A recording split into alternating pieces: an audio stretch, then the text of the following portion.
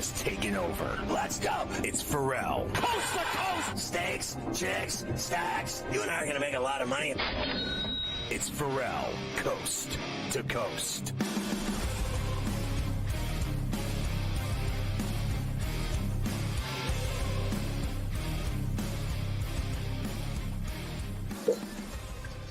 It's Ferrall on the bench, coast to coast, in the biggest way possible, hanging out.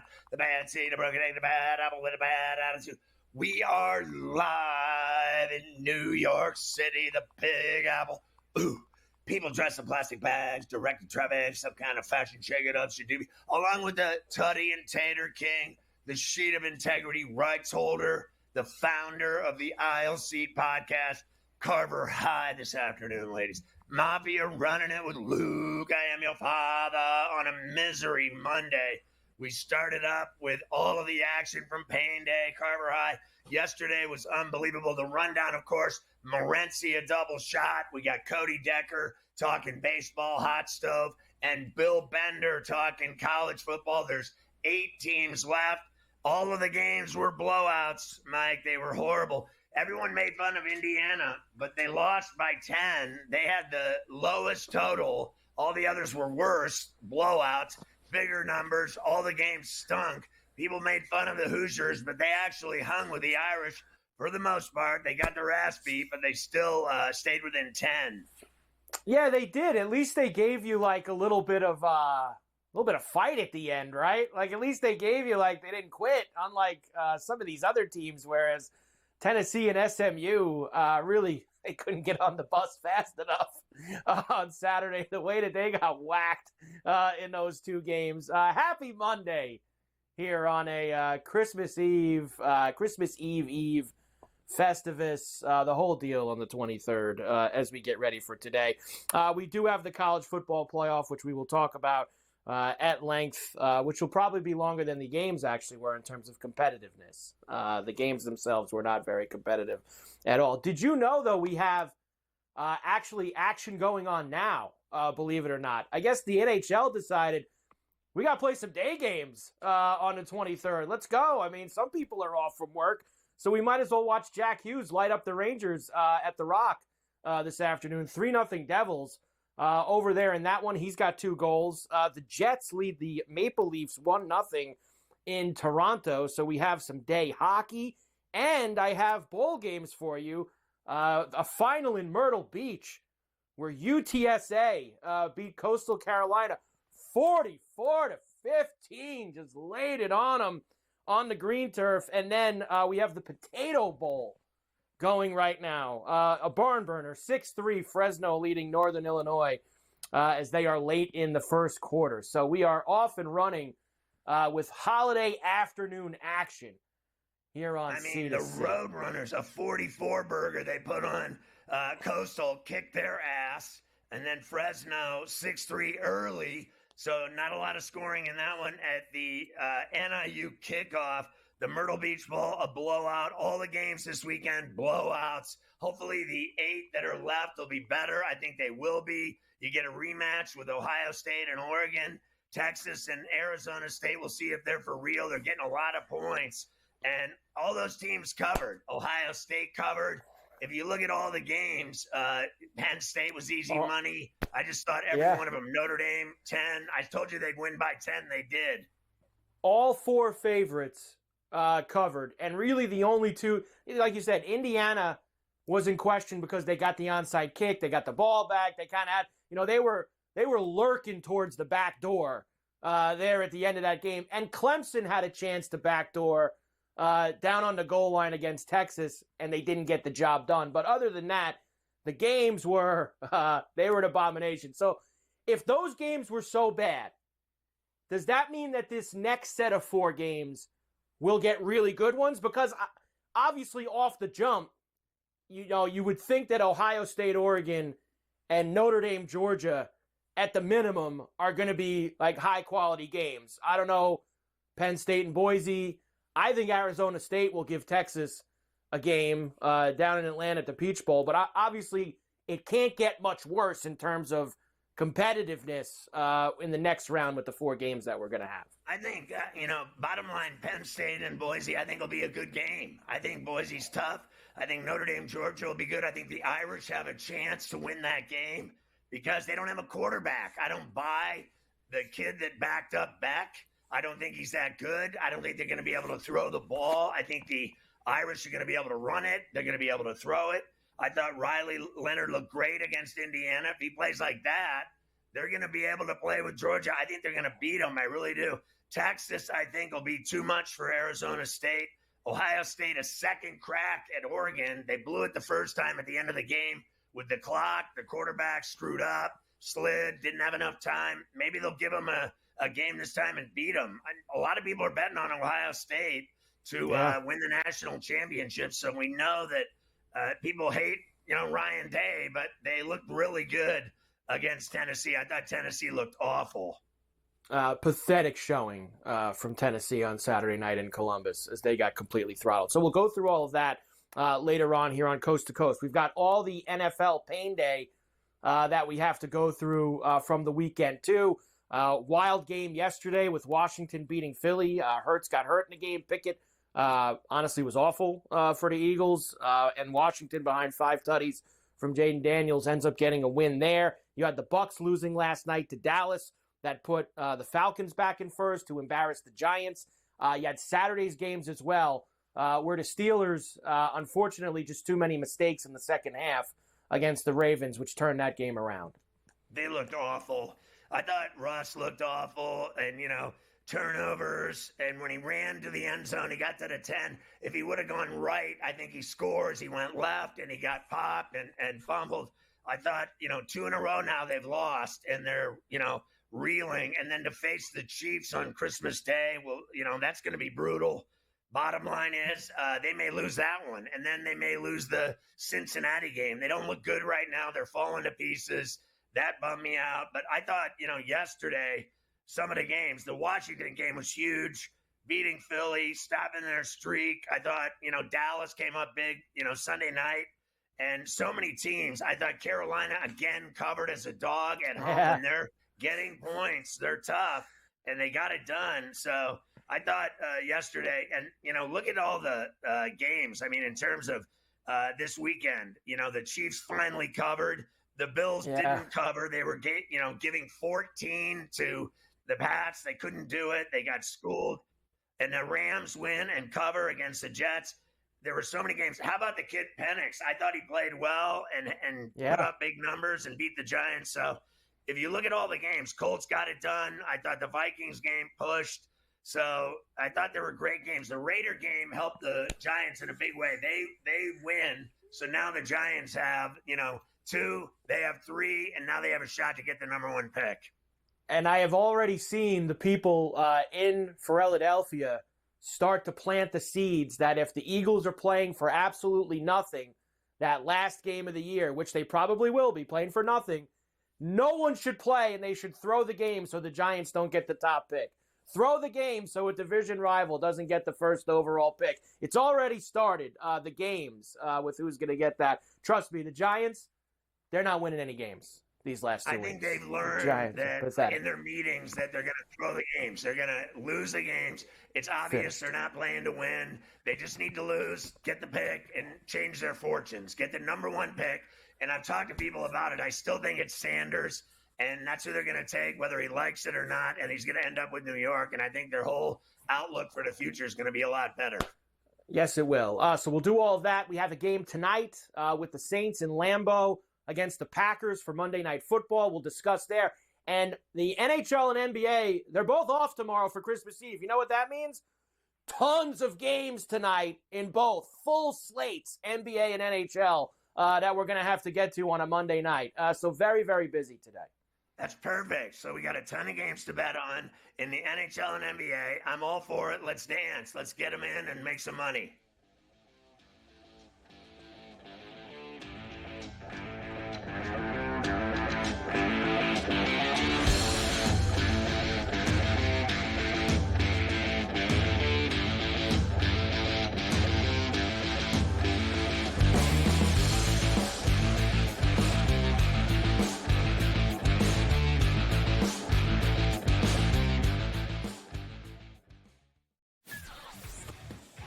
there's a better chance the Raiders might stumble into a win because of who they're playing over the next few weeks than the Giants, who I don't think will win. I don't believe for 1 minute that they want to win a game.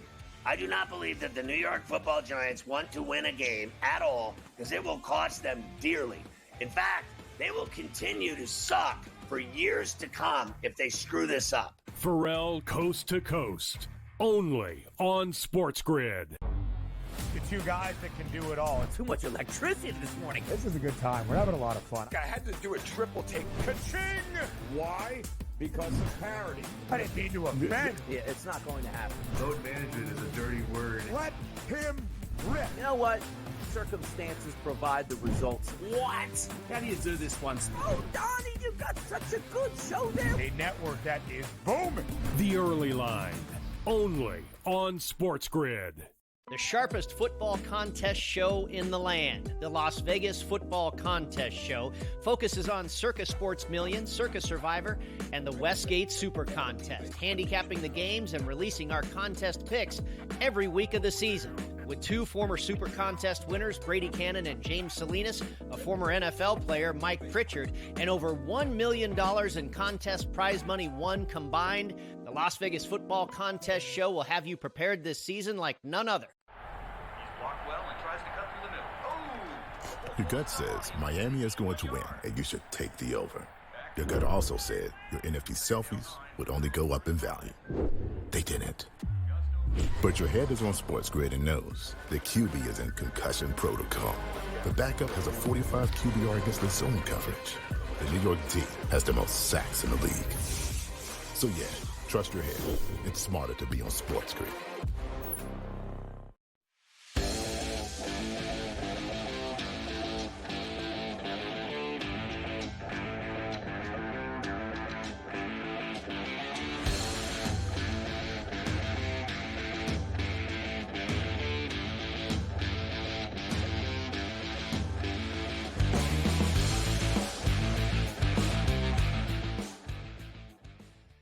We got Morency, a double shot today from Vancouver. You can catch Sports Rage weeknights at 10 Eastern as we get closer to Christmas. And the Bills didn't deliver gifts. They got the W, but they didn't cover that big fat number in the B-low. Patriots showed up, and I thought they played tough. That's always the danger, Scott. It's a similar situation tonight going into the Packer and the Saint game. Although I think it's a little bit more one-sided tonight because the Saints are that bad and beat up. But when you're laying double digits, when you're laying 2 touchdowns, if the other team scores first, you're almost done. You know what I mean? It's like, all right, we got to outscore them by 28 points now to cover the point spread. It's a slippery slope. I'm not going to be too critical, even though it was extremely frustrating for me, Scott. I had a bunch of teasers on the Bills, like -7, -4, 10-point teasers, and they blew it all when it was all said and done. But we'll take the win. We'll move on. It's all about the Super Bowl. No one's going to remember whether they covered against the Patriots or not in February, right? In January. It's about the playoffs, baby. Survive in advance, get the win. And I was really hoping the Houston Texans could pull it off on Saturday. So, we could have some drama as far as the top seed is concerned in the AFC. What are the chances that the Chiefs actually lose 2 games in a row when they've only lost 1 game all year? Counting on your Steelers to step up on Christmas Day. And, it's been a rough couple of weeks for the Steelers. I think, Scott, basically with the Steelers, we've seen this before. Remember, they started off the season hot with Roethlisberger in one of his last years there. They've done this before. I never thought the Steelers were elite, right? They can beat teams they're supposed to beat, but I don't know if they can beat the elite teams. But, man, going to Philadelphia was tough. The Baltimore Ravens are red hot right now. They're a scary team. They're a legitimate contender. Kansas City aren't quite the same. They're not as explosive. I think the Steelers can win this game on Wednesday. I don't think they look good at all. I thought from Philly to this game, they got worse. I thought they actually were downgraded the second loss, and now I'm worried about Christmas that they can't dance with the Chiefs. And they don't lose, and they finally covered. So I think they are coming in there, the better team, and they're probably going to be able to handle the Steelers. When's Pickens coming back? Is Pickens what's the deal with Pickens? He's going to play this week. I think he'll play in this game on Christmas Day, and I think it's certainly going to help. But you don't know how he's going to be. You know, if his hammy's going to hold up, or if it's going to give him problems, if he'll be limited, if he'll get a lot of snaps, if he'll get a lot of targets. You don't know. But he's missed some games, and it hurt the Steelers. When he wasn't in there, they lost their stretch ability and the ability to go deep, because he was hitting all those 20-plus yard passes, and he was doing well, and then that guy got injured, and it, like, ruined him. Even with Pickens, they're still thin at the wide receiver position. So losing him is just it's asking too much. But one thing with Pittsburgh, it's not a good matchup for them if they're playing teams that are going to score, right? Like with good offenses. The Steelers aren't, you know what I mean? They can't really keep up. They need to play in these smash mouth games. Like earlier in the year, they were winning the lower scoring games. It wasn't pretty. They were finding a way. But if teams are going to drop 27 on them, they're going to drop in and get in the 30s, then they're going to be in trouble. But I think they can contain Kansas City's offense. It's a quick turnaround for Kansas City as well. Like I said, it should be a lower scoring game, not a track meet style game. But Pittsburgh needs to stop the bleeding. And all that, forget about the Steelers, Scott. Like the Ravens, they're a streaky team. And they've tightened things up right now in their secondary a little bit. That's been their weakness. You can throw the football on them. We'll have to see the Lamar succeed in the playoffs. But as a Bills fan, I don't want to play the Baltimore Ravens. I'll tell you that. Like, they're a scary team, the Ravens. I don't see how the Steelers contain Kansas City or Mahomes. They didn't do it against Philly. They didn't do it this week. They're not stopping anybody. I think their defense might be a little overrated. They seem cooked at the end of the season here. And you know what? Cincinnati's playing great football. They could go in there on January 5th and beat the Steelers in Pittsburgh, and they could lose out. They have to get their act together. They really need to play better on Christmas Day. I doubt it. I think the only game they have a shot at is Cincinnati. You know, too, I think I told you this before. There was a study done a couple of years ago about what cities take, and when the NFL team loses, who takes it the hardest. And Pittsburgh was number one. Like the city of Pittsburgh, like as far as like arrest, anger, family fights, etc. It gets ugly. Suicide. Yeah, it gets ugly. Yeah, it gets ugly. So it gets ugly. Like Buffalo gets sad. It's like, you know what I mean? I've been in Buffalo actually, like after big losses in the morning after. It's like it was a nuclear war. You can hear a pin drop. No one's talking. It's sad. It's not really anger. It's sadness. People in Pittsburgh get angry. Like when the Steelers lose. Denver's another one. Like people out there, they're nuts. Like they literally take it very seriously. They get mad in their own personal life if the Broncos lose. What a way to spend Christmas, though, Scott. It's great if your team wins, but you know what I mean? You drop this NFL stuff, you know, you're ruining someone's Christmas. Right, I think Buffalo is the same. I think Buffalo and Pittsburgh both, when they lose, people, they don't want to go to work. They don't want to eat. They don't want to do anything. They're just worthless after losses. But Buffalo's not losing. They're winning games. It doesn't matter if they covered or not. Pittsburgh's falling apart. Bills are still winning. I'm very excited about the Bills' chances this year. Like I said, I'm not going to do if not now, when, but we're getting to that time. Like everything is sort of falling into place. Kansas City are not invincible. Yeah, they've only lost one game. That game they lost was to the Buffalo Bills, right? The Bills have beaten Kansas City like 5 of the last 7 times they played now. They just lost those 2 times in the playoffs. Josh has that special edge, man. We've been talking about it since the start of the year, man. There's something about him. You know, I don't know if it's maturity in his life, that he's getting married now and he's engaged and all this. Since he's been engaged, they haven't lost.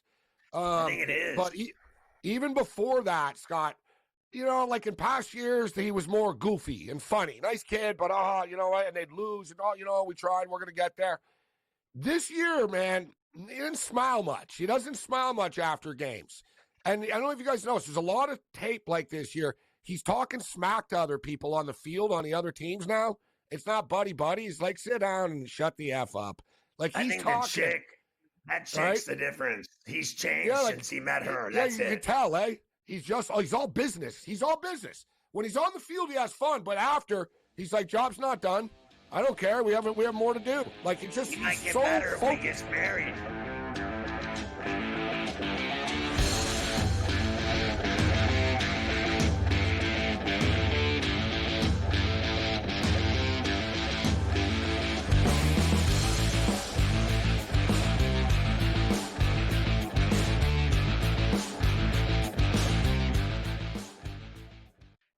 help with your NFL picks? Get NFL insider knowledge from Pro Football Doc, Dr. David Chow, with Sick Picks at Sports Injury Central. We reveal hidden injury advantages the sports books miss. Our doctors provide insights, and our algorithm tells you who to bet on. Spreads, player props, totals, in-game bets, Sick Picks covers it all. Get a free week now with promo code SportsGrid at SickScore.com.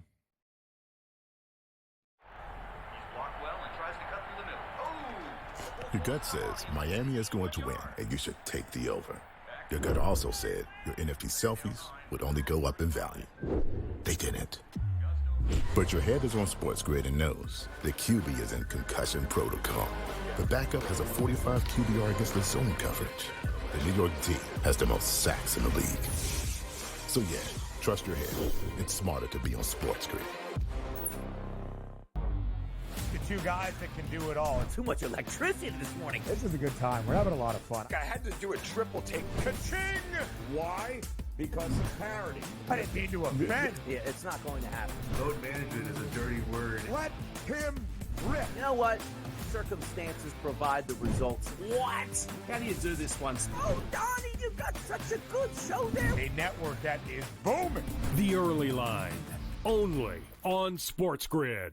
The sharpest football contest show in the land, the Las Vegas Football Contest Show, focuses on Circa Sports Million, Circa Survivor, and the Westgate Super Contest, handicapping the games and releasing our contest picks every week of the season. With two former Super Contest winners, Brady Cannon and James Salinas, a former NFL player, Mike Pritchard, and over $1 million in contest prize money won combined, the Las Vegas Football Contest Show will have you prepared this season.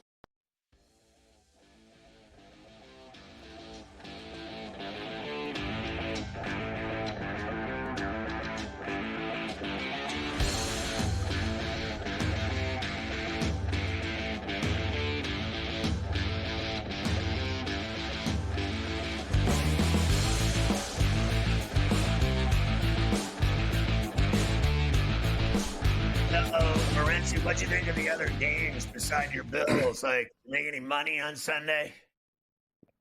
I was on the Washington Commanders, actually, plus the points. I was one of the few people. I didn't hear a lot of people who like the Commanders aren't as good as the Eagles, and they're not into this and that. It's an up and down. Yeah, good pick. Jaden Daniels, man, 5 touchdowns. Unbelievable. So I was on the Commanders. I was on the Rams. So, we did well, actually, yesterday. It was sort of a give and take. The Buffalo Bills didn't do me any favors, but we ended strong last night with a late touchdown. Man, we needed that late touchdown. But, Scott, I'll be honest, like I usually I try to bet the same units a lot, right? So I'm sort of in this 250 zone a lot now. For casual games, like big bets games that I'm really locked into, I have more. I go big, but, just sort of a casual, right? 250. But the first game this morning, bro, was at like 8 in the morning, my time.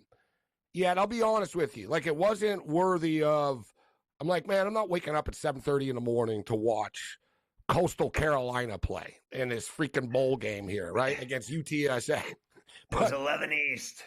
Yeah, at 8 in the morning. But I didn't get my bet in yet. I was like, I got to get my bet in. So I set my alarm for 7:45 this morning. I woke up and, I don't know, dude, I was in a haze and I went back to sleep after. I ended up betting 650, Scott, instead of 250. I don't know. I must have been half asleep and I must have hit a 6 instead of a 2. So here I am right now, bro. I got more, and that was just one bet. I already put a bunch of other bets in on this game.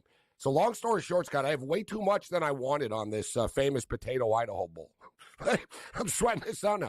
And it wasn't my intention to have a dime on this game, but here I am right now because of an accident. I was like, well, I could just sort of I could get out of this somehow if I wanted to. And I was like, nah, maybe we got an early Christmas miracle here. Let's let it roll. I'm down 13-3, but Northern Illinois are about to score. They're on the goal line right now.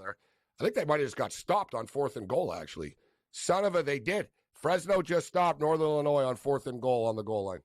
So what did you think of the, first round games in the playoffs? I thought they all sucked. Yeah, I was a little bit anticlimactic yet. It's to be expected. They always do, Scott. There's always one-sided games. right? And I kind of knew, and I warned people about this. People are like, oh, the home field is going to be great. It's going to be one-sided. College football is like the last, last bastion of home, field mattering. Home field doesn't matter in the NFL. It really doesn't. Home field doesn't matter in baseball. Home field doesn't matter, and home ice doesn't matter in the NHL. Road teams win more than ever in modern sport right now. But college sports, I mean, did anyone really believe that SMU, the kids, bunch of, you know what I mean, SMU were going to go into Happy Valley in cold weather on a Saturday in December and play well? Come on, right? The Indiana game got away from them. I don't believe in all the bashing about, they should have been this and that. Lane Kiffin's running his mouth. Lane, bro, that's why you win the games in a regular season, Lane, so you get a chance to lose in the playoffs, bro. You didn't do it, right? So all this stuff, imagine in the NFL if, a team loses in a wild card. Oh, they didn't even belong in the playoffs. They should have been there. Yeah, they do belong in the playoffs because they got there. You didn't. So I don't have a problem with it, Scott. I didn't really like this format. I was happy with 4 when it was all said and done. But now the games will get real. This is what, you want extra teams, and it'll only get worse, Scott, because in 2 years, this is only a 2-year deal, this 12 thing, right? This year and next year. Then they're going to go to 16. All right, and then there's just going to be more bad teams going to get blown out. Then they're going to bitch, it should have been this team instead of the 18th team and the 17th, 15th team, whatever. Every year, guys, there's only 3 or 4 teams that are literally that good to win a title, point blank. And when I look at this board right now, I see 3 teams that are good enough to win the title here. And 2 of them are playing in the Rose Bowl. Oregon, OSU, and Georgia. I think everybody else is just there. Does ASU winning the title? Team that wins that Ohio State game with Oregon's going to win the title? Yes, sir. Point blank. I called it before the tournament started, Scott, looking at the bracket. I said the winner's coming out of this Tennessee, Ohio State, Oregon deal. They just are. I think it is, too. I think that all of these teams that played at home had a huge advantage. I think Notre Dame playing at South Bend was easy money. Penn State, they could beat any team that isn't top 5, and they proved it in, Beaver Stadium.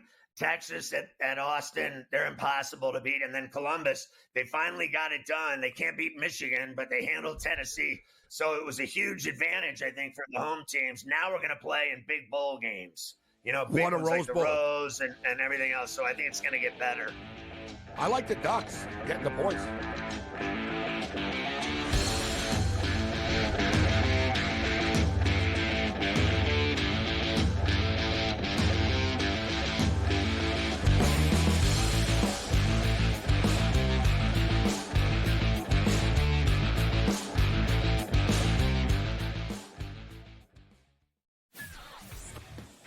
There's a better chance the Raiders might stumble into a win because of who they're playing over the next few weeks than the Giants, who I don't think will win. I don't believe for 1 minute that they want to win a game.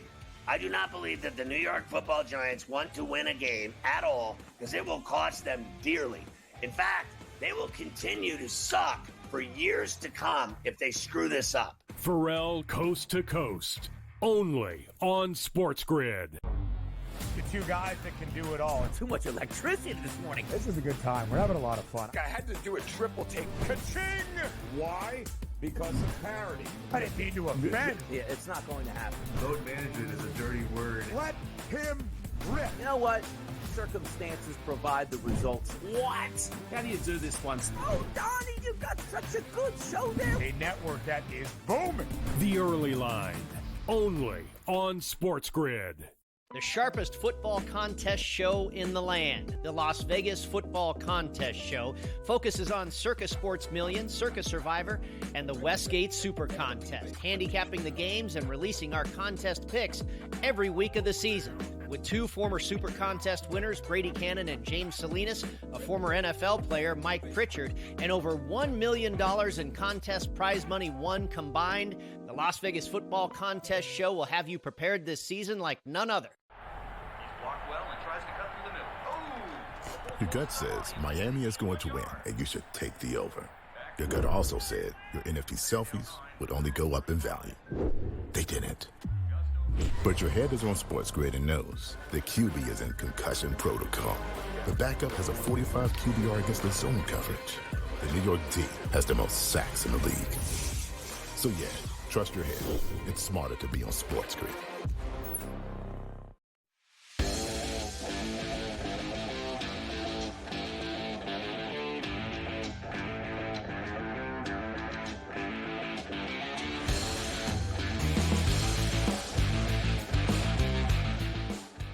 All right, let's go back to some of these games. Washington, what a stunner that they beat Philly. I liked him at 3.5. You knew that, and they got it done. I thought this kid is unbelievable. I thought he went off 5 tutties. He was the difference. You knew he was going to come up big like he usually does in big games. I thought he was fantastic. He certainly was, Jaden Daniels. 5 touchdown passes for him in this game. Now, this started out, Scotty. Eagles looked pretty good. They were up 14-0. That was even with Jalen Hurts leaving the game early in the first quarter with a concussion, up 21-0 after the first quarter after a long Barkley run. But the Commanders come all the way back. Couple touchdowns early in the fourth to Zacharias. Eagles got a couple field goals to go back up 5, and then with 6 seconds to go, Jaden Daniels to Jamison Crowder on Fox. McLaurin to the bottom of the screen. 2nd and goal. 10 seconds. Daniels fires. End zone. Touchdown. Jamison Crowder. Preposterous. 5 turnovers and the lead with seconds remaining. How clutch is this kid? I mean, he just goes off. Big games, he steps up. I thought he was great, and it was a huge win. Finally, somebody stops Philly, and their streak is over, and now they got to start a new one. I think it's okay to lose that game. It was a divisional game. You knew it would be tough, and it was, and the kid just came through in the clutch. It certainly was. And look, they're going to win the game, win the East no matter what. I think what it just hurts them with is obviously they're not going to get the 1 now. They're going to be out of the mix for that between because whoever wins the Lions and the Vikings with that North is probably going to be the 1 seed. They're a game up on Philly now, and both of them have a chance to be through. So the Eagles are going to be kind of locked into that 2 seed when we get to the NFC side of things. Washington, though, they helped themselves out big time getting to 10 wins. They will feel a lot more comfortable here over the next couple of weeks to get themselves a berth into the dance. We mentioned why are the Eagles maybe out for the 1? Well, while they were losing, the Lions were winning. Of course, their winning streak was banged up by the Bills last week. They get right back on the horse. And why? Because when you're playing the Bears, everything goes well. 34-17, a cover for the Lions in Chicago. Dan Campbell, proud of his team. The 2 most important things for me was I wanted to see us play Detroit football, and I wanted to win. That was it. I gave no other stipulations. Now we have all the, offensively, defensively, we have the keys to victory over that. But basically, that's what I saw. I just wanted to see our identity take shape, and I wanted to win this game, and we did that. So now we're back on our feet. They're just terrible, the Bears, and they lose every game. They can't stop anybody. They're easy to beat. Even with all their injuries, the Lions completely decimated. Their whole team's like a mash unit, and they still kick their ass. They still put 34 on them. I thought they looked great for a team that's that banged up. I'll tell you what, and Chicago's toast. How about that the Bears have lost 9 games in a row? And I think you said this yesterday, and Williams hasn't thrown a pick like in the entire 9-game losing streak. That's pretty bizarre that he doesn't turn the ball over, yet they lose every single week. But his other guys were turning it over. That was sloppy by the Bears. I mean, Adunze got the ball knocked out. Allen, his guys did not help him out in that game. But the Bears stink, and it's almost over for them here with a couple of weeks to go. So why do the Lions move themselves to 13-2? Eagles drop to 12-3, but the Vikings keep pace with the Lions at 13-2 in the NFC. A win in Seattle, 27-24. We told you on Friday he was on the tutty list, that he had been heating up the last couple of weeks, and sure enough, Justin Jefferson at it again. His second of the day put Minnesota ahead for good on Fox. Off play action, stepping up, launching downfield, and it is caught! Twisting, turning, touchdown, Jefferson! Minnesota's back in front. they always find a way as well. They just keep winning. It doesn't matter who they play. Doesn't matter where they play. They get it done. Close game. They win by 3. That's all that matters. They just keep putting up W's, and they're in a perfect spot for the playoffs. That's all there is to it. And look, they have now set themselves up to where if Minnesota, whoever wins their last 2 games between Minnesota and Detroit, and they play each other, the final game, Week 18, is going to be the 1 seed and going to get a bye and going to get home field. So the Vikings still have a shot at that. Now they play the Packers this week, whereas the Lions are going to play the 49ers. So we'll see if both can get a win. That would set up a monster final game to decide who would get home field and a bye throughout. The big difference between 1 and 5, where you're slotted. You talk about staying at home or going on the road that first wild card weekend. So that we still have to come between those two. As far as the NFC South goes, the Bucs had the advantage going into the weekend. They were a game up on Atlanta, had 3 games in their sights that looked fairly winnable. Don't tell the Cowboys that. 26-24, they get it done. Cooper Rush played pretty well. Mayfield, unfortunately, did not. And the Cowboys' D was forcing turnovers all over the place, including on the final drive. Westwood One Sports. First down and 10 from the 26-yard line. It's on the left hash. Buccaneers moving left to right. Mayfield will line up in the shotgun. White had been to his left, now walks up toward the line of scrimmage. Here's the snap. Mayfield back to pass. Looking left. In trouble. Hit in the backfield. And he will flip it out to White, who makes the catch. Breaks a tackle across the 30. Out to the 32. The ball came out. And the Cowboys have it. The Cowboys took it away. I was surprised that they lost, seriously. I think Baker's unbelievable, and they didn't get it done. It is what it is. You have to admit, Dallas has played better these last few weeks. They lost their last one. They win this one. They've made a hell of a run here at the end of the season to try to get back to respectability. They have won 4 of their last 5 games, the Cowboys, to get themselves back to 7-8. I know that we've talked about this a lot, and we both kind of felt this way to begin with, but that's the kind of stuff. McCarthy's coming back. Like I don't think there's really even any question to it at this point. I think they're gonna finish 8-9-8, 8-9, whatever it's gonna be. It's gonna be a year where he didn't have Dak pretty much the whole year. And he's going to get himself another 2-3 year deal, and he'll be the Cowboy coach. Jerry's giving him big hugs underneath in the tunnel after the game. I'd expect McCarthy at this point is absolutely going to be back with the way they finished. We both felt that he was coming back for weeks. I never thought he was getting fired. He's sticking. I think they're going to see what they can do with him moving forward. I thought they had an average year, horrible, but in the end, they played a lot better the last few weeks than they did at the beginning and middle of the season, without a doubt. I needed more from Evans last night, too. That was very unfortunate. Evans only had 69 yards. I specifically needed him to get to 70. So 69 is 1 yard short, and that's just not something that we can do. When we come back, we will get to the other side of the NFC South, which now the power shifts to the Atlanta Falcons. Scotty, after their win over the Giants. So we will come back and hear a little bit from that. I know you said it earlier. I thought Penix played pretty well, too. He didn't have any touchdowns. Bijan did a lot of the heavy lifting. The defense did a lot of the heavy lifting. But Falcons now in control in the South. Man, and the Giants stink. The Giants are just absolutely awful. They're both 8-7 now, Atlanta and Tampa.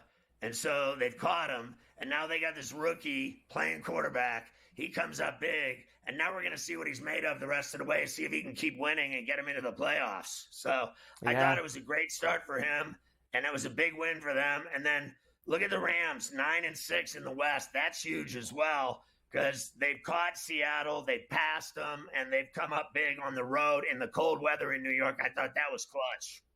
Yep, we will discuss that as well. Under, too, by the way. Good under for me yesterday, that Ram-Jet game out at MetLife. We love to see it.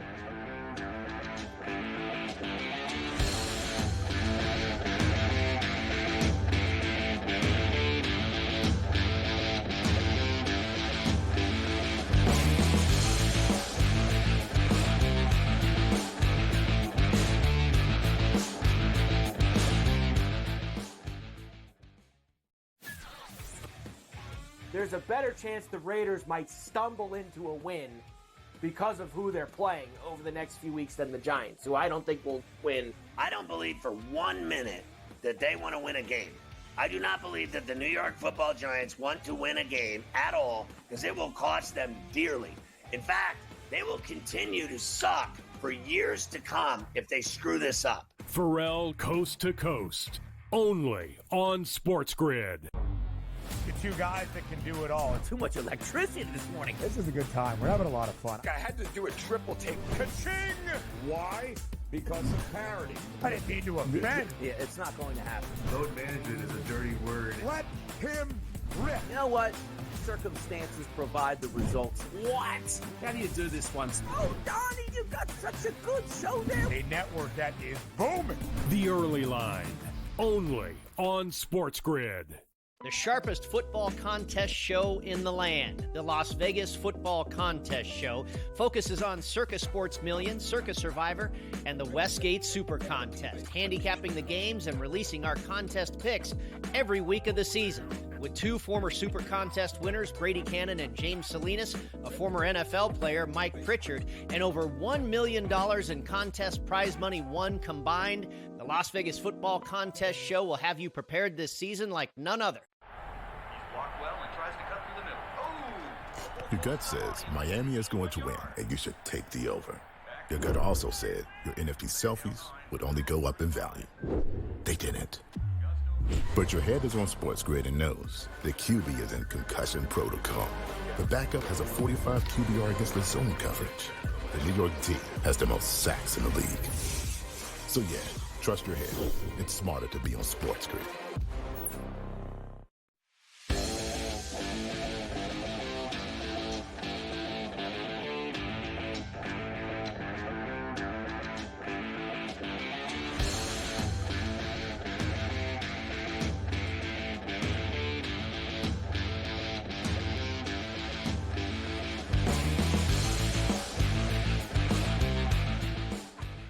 So what'd you think of the Falcons and Penix overall? I've been talking about him. I want to hear what you thought of him. I thought he was good. You know, look, I didn't think he had to be spectacular, obviously, especially the way the game played out. When your defense gets you a couple touchdowns fairly early in the game and the lead builds up, they probably didn't really give him that much to do either. Once they got a big lead, it was a lot of handing off to Bijan and doing things. But look, I mean, 18 to 27, 202. He did throw the one pick early in the game. I thought he was good. I think he's going to have a much tougher challenge this week on Sunday night when they go to play Washington. That's going to be a much tougher challenge for him when he goes heads up with Jaden Daniels. But overall, I didn't think he hurt him. And it didn't help. It obviously helped that the Giants are so pathetic and that Drew Lock gave him a couple of free touchdowns in the first half. Here's the second of those two free touchdowns. Matthew Judon got this one from Locke on Fox. Second down and 7. And Locke looking. Ball deflected and intercepted. Taken back by Matthew Judon. The second pick six today for Atlanta. I mean, you got to be kidding me, right? Like, so they had it all going. Easy win. The Giants are awful. We know that. We're, used to it. It's every week they get worse. They have literally gotten progressively worse as the season went on. Each week they get worse than the week before. It's unbelievable. So the Falcons, I'll get to the Giants in a moment. The Falcons finish up at Washington this Sunday night and then home for Carolina. Those are their last two games. Whereas Tampa Bay is going to finish, they play Carolina this week and then finish with New Orleans. So Carolina, New Orleans for Tampa, Washington, Carolina for Atlanta. Atlanta has the tiebreaker, so if they're tied, they would win the division. What do you think is going to happen? Who's going to win it?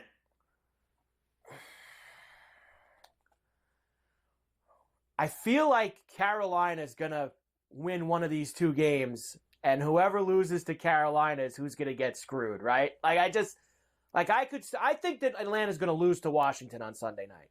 I really do. I think that Washington's going to win that game. But Tampa almost lost to Carolina a few weeks ago. That was a close game. Carolina's playing well.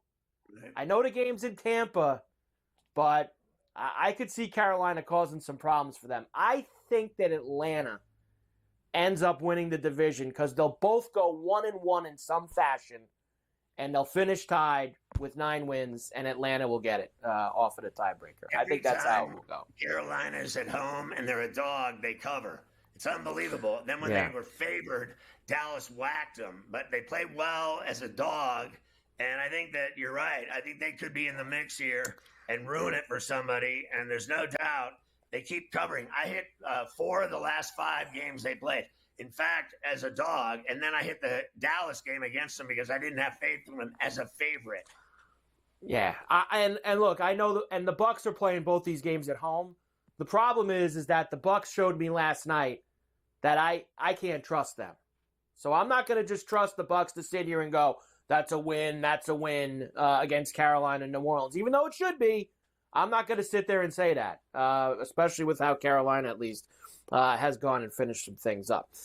Let's, by the way, check in with the Giants. Here we go. Did you know, first 10-game losing streak in franchise history. They now, if they lose out, are guaranteed to have the number 1 pick in the draft. Let's check in on Brian Dable and see how he's doing. As a competitor, what are your emotions right now, losing a game like this and losing 10 straight? Yeah, look, it's not good enough. So, again, that's my responsibility. And you do everything you can do each week. Obviously not good enough. So, of course, after every game it hurts. Hurts to lose. You put a lot into it. And, we have 2 more to finish off, and, you got to put everything into it. They're so awful. I can't even watch them. Seriously. When they're on, I run. I run the other way. It's just horrific watching them. He's done a lousy job. So is Shane. I think both of them should go. I think Mara's got to do something. Fans want them gone. They're flying planes over the stadium. It's a disaster. I'm with you. I would clean them both out and just get rid of everybody. I don't know if he's going to do that, but it's been so bad that I don't know how you could do nothing with how upset your fan base is. I think, maybe I'm crazy here, I think that Shane is gonna sacrifice Dable to save his own skin. I think that Shane is gonna go to Mara and say, listen, I got an idea, how about we do this? And he's gonna get to draft either Ward or Sanders first overall, and he's gonna get to put a new coach in. I know they're buddies, but I got a feeling he's going to save his own skin and sacrifice Dable because of how bad things have gotten. That would be my guess. He's going to do him. He's going to keep his gig, and he's going to do the head coach. They're going to get a new coach. Who do you think that'll be? I don't know who that would be. That I'm not sure. And I really thought they both would stay. But it's been so ugly, and it's been so embarrassing for this storied franchise that I don't know how Mara could look his fan base, his season ticket holders, his everything in the face and say, after the most they're going to do 2 things the franchise has never done. They've lost 10 games in a row, never been done in franchise history. They're going to go winless at home throughout an entire season. They're going to lose to the Colts at home this Sunday and go 0-9 at MetLife this year. Somebody's got to go for that. Somebody's got to go. He's done a horrible job, even as the owner, hiring coaches. Look at the coaches he's hired. The last 3 or 4 of them, they've all been disasters. This one's a disaster as well. And they thought he was so smart coming from Buffalo. They were tandem. They were going to be super hot and do all the kind of great things in New York. It never happened. It never came to fruition. The first year he was good. Everything else has been horrible. I guess you could say at this point that, Josh Allen made those guys great. Brian Dable and Joe Shane, you can say that. All right, we'll come back. And I unfortunately will bring you back to Saturday with the Ravens and the Steelers, and we will hear from Mike Tomlin. And as the Steelers, listen, quick turnaround. Wednesday, Christmas Day, they'll have the Chiefs at the place the Steelers play. Oh, God.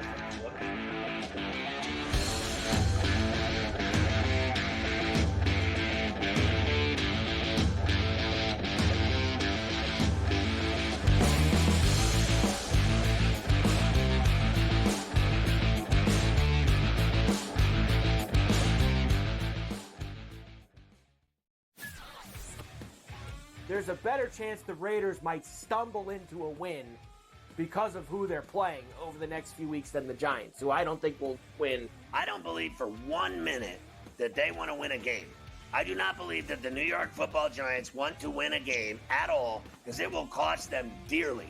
In fact, they will continue to suck for years to come if they screw this up. Ferrall Coast to Coast, only on SportsGrid. The two guys that can do it all. Too much electricity this morning. This is a good time. We're having a lot of fun. I had to do a triple take. Ka-ching! Why? Because of parity. I didn't mean to offend. Yeah, it's not going to happen. Load management is a dirty word. Let him rip. You know what? Circumstances provide the results. What? How do you do this one? Oh, Donnie, you got such a good show there. A network that is booming. The Early Line, only on SportsGrid. The sharpest football contest show in the land, the Las Vegas Football Contest Show, focuses on Circa Sports Million, Circa Survivor, and the Westgate Super Contest, handicapping the games and releasing our contest picks every week of the season.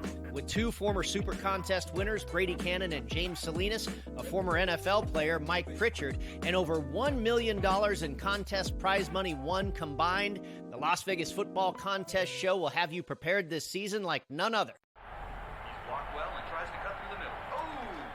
Your gut says Miami is going to win, and you should take the over. Your gut also said your NFT selfies would only go up in value. They didn't. But your head is on SportsGrid and knows the QB is in concussion protocol. The backup has a 45 QBR against the zone coverage. The New York D has the most sacks in the league. So yeah, trust your head. It's smarter to be on SportsGrid.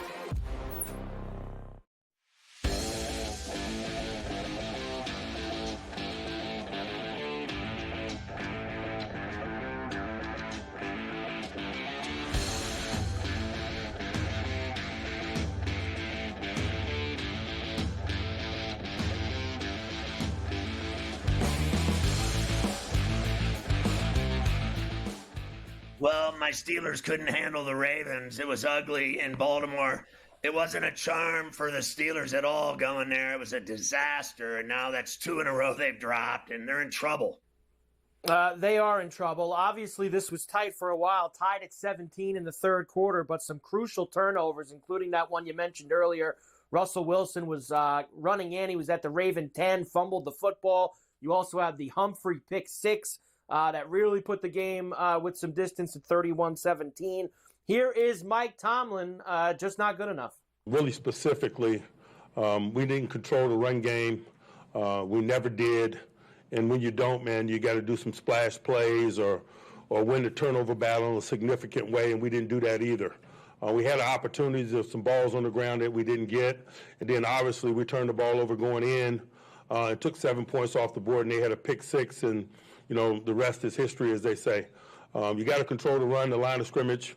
The turnover game is always significant in matchups like this, and we failed in both areas. And so when you do that, you should expect to lose. And they did. That's bottom line. They didn't do anything right in that game. That game was over before it started. So now it's all on them. They got 2 left.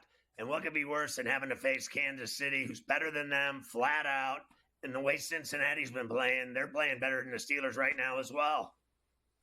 Right. And look, so that's kind of what it all comes down to here. Both of these teams are 10-5. There's 2 weeks left. If they both win their last 2 games and finish 12-5, the Steelers would win the AFC North via tiebreakers. It obviously gets a little trickier if they both lose a game. The tiebreakers can change depending on who they lose to and things like that. Obviously, the hurdle is Wednesday, and we haven't. We'll get more into it tomorrow before the game. But can the Steelers at home? We've seen them on some of these holidays in the past come up with big efforts. Can they beat the Chiefs? Who, as we know, it's kind of they're there to be beaten most weeks, but they always seem to find a way. It's at the Steelers' house. Can they beat Patrick Mahomes and give him his second loss of the year? I think they're in trouble. The way they look, the way they're playing, the way they're turning the ball over, the way he's not passing. When they didn't have Pickens, they looked naked, and now here they go against a team that never loses. They always find a way to win, and he's going to be tough no matter what day it is. It could be Christmas, it could be New Year's, it could be anything, but he always shows up to win, and that's all there is to it. He's better than Russell Wilson. The team's better than the Steelers. They have to come up big. They got to get some breaks. They got to get some turnovers. Instead of turning the ball over themselves, they need to create turnovers. They need to sack Mahomes. They need to get to him in the pocket and frustrate him. If they're not going to get to him, they're going to have the same result as they had the last 2 weeks. They played better teams, and they both beat them. The Chiefs did beat the Texans on Saturday 27-19, so the Texans will play the Ravens on Wednesday. So Texans can help you out too. They both lose, and they would stay even, the Ravens and the Steelers. So that game is in Houston. So you have, and it's -3 for the Chiefs right now, by the way, for that game on Wednesday. That's a -3. And yeah. I'm not feeling good about Houston either. I don't think they're that good. I know that, you watch them play. Yeah. They got beat by Kansas City. Now they're going to play Baltimore, who's obviously confident after they beat the Steelers. They're going to have a chance to win another game, and I think they will. Yeah, I don't have a lot of faith in Houston to get the job done against Baltimore. Baltimore's 5.5-point favorite on the road in Houston for the game. I just don't think Houston can score enough to stay with the Ravens, and that's going to be their biggest issue. So 2 games coming up on Wednesday, which will have both of those teams involved. Tomorrow we will do, since tomorrow we'll do all the preview for those games, weekly words of wisdom from Mike Tomlin on a Tuesday on C2C, which everybody loves. All right, we'll come back, and I'll get you through the rest of these games from yesterday, including that Ram win at MetLife over the Jets, the overtime win for Carolina, Joe Burrow to chase again for the Bengals, and how about Jonathan Taylor redeeming himself after that fumble last week? I guess he wanted to. Put on a show. The dude had a hat trick and 2 long tutties. So nice job by Taylor. They almost blew it, though. To be fair, they let the Titans come all the way back in that game, but the Colts still covered. Still covered, even though they let up all those points in the fourth. They were still able to cover. So we'll do all of that when we come back, and then we'll start to look at tonight. Packers Saints at Lambeau.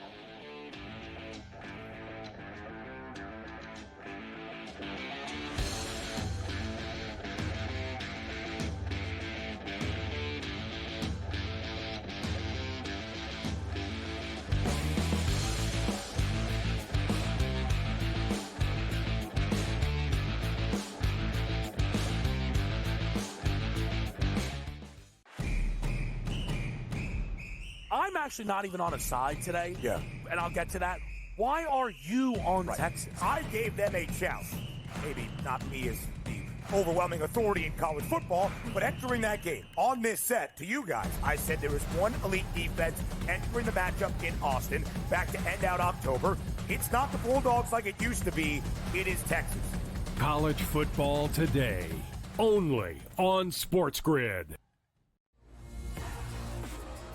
How do you find some of this great talent that you've brought in, who are still early in their career, might not have a ton of tape on them yet? I've been around this business, man, for almost 20 years. So a lot of these guys will tell you that I popped into a lot of gyms, sparred, or just worked on the side, or, kind of worked out, just watching. I've always loved this sport, man. I think it's the greatest. And we want to continue to put on the next up-and-coming superstars. We know we got them. Only on SportsGrid. The NFL and college, they don't operate on the same timelines, right? UNLV's head coach just got, the Purdue job this morning, where I imagine, right, UNC probably needs to know from Bill. And let's say it's late December, and we see 7, 8 teams open, and none of them want Bill. Then Bill's got to make a decision. Does he want to be a college head coach? Pro Football Today, only on SportsGrid. The 2 guys that can do it all. Too much electricity this morning. This is a good time. We're having a lot of fun. I had to do a triple take. Ka-ching! Why? Because of parity. I didn't mean to offend. Yeah, it's not going to happen. Load management is a dirty word. Let him rip. You know what? Circumstances provide the results. What? How do you do this once? Oh, Donnie, you got such a good show there. A network that is booming. The Early Line, only on SportsGrid. Ferrall has taken